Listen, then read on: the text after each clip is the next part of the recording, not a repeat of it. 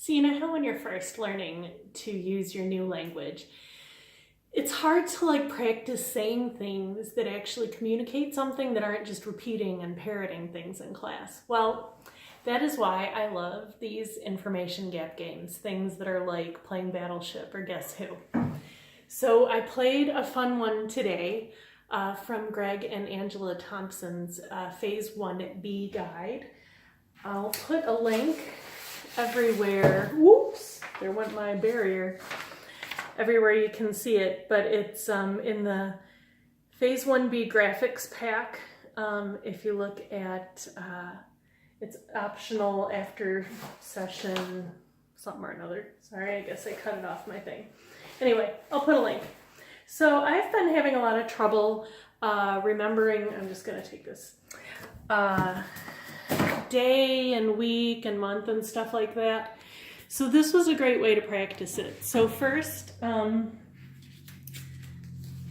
I just used these little pieces of paper to learn different words for different weather events.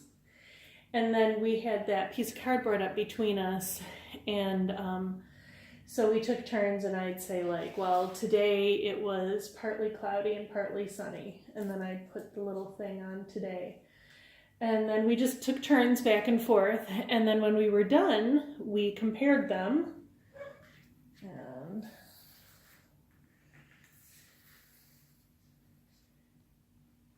if you can see that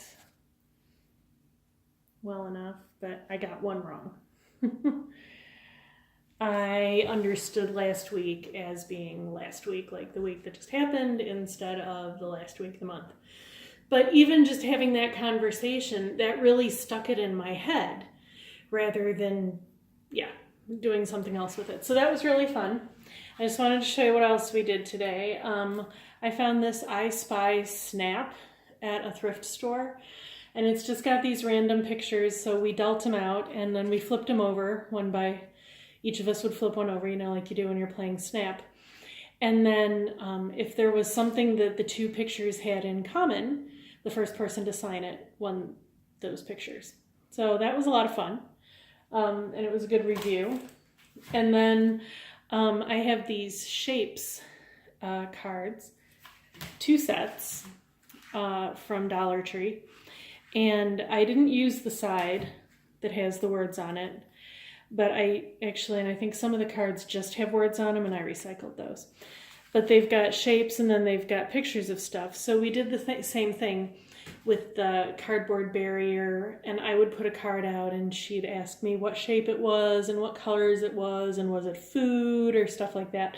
We didn't practice using the actual names of the things much until the very end, because I wanted to practice shapes and colors and stuff like that.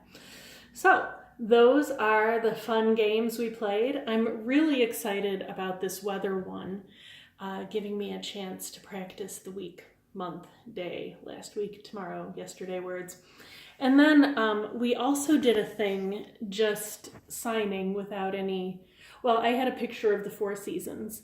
And so she reminded me what the 4 seasons were, because for some reason I can't make those stick in my head. And then she asked me, where is summer, where is winter, and I would point to it. But I just did that a little bit because that's good for getting a start, but I needed to get it to work them further. So then she said sentences like, I like to look at the flowers blooming in the spring. I go to the dog park in the summer. And then I would point to fall, winter, spring, summer, whichever one she said.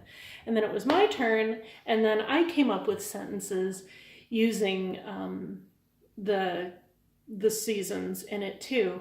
But it was a lot of fun because it was real communication. Like I said, I go to Texas in the winter because I don't like to be cold, because I lived in Africa and I don't like to be cold anymore.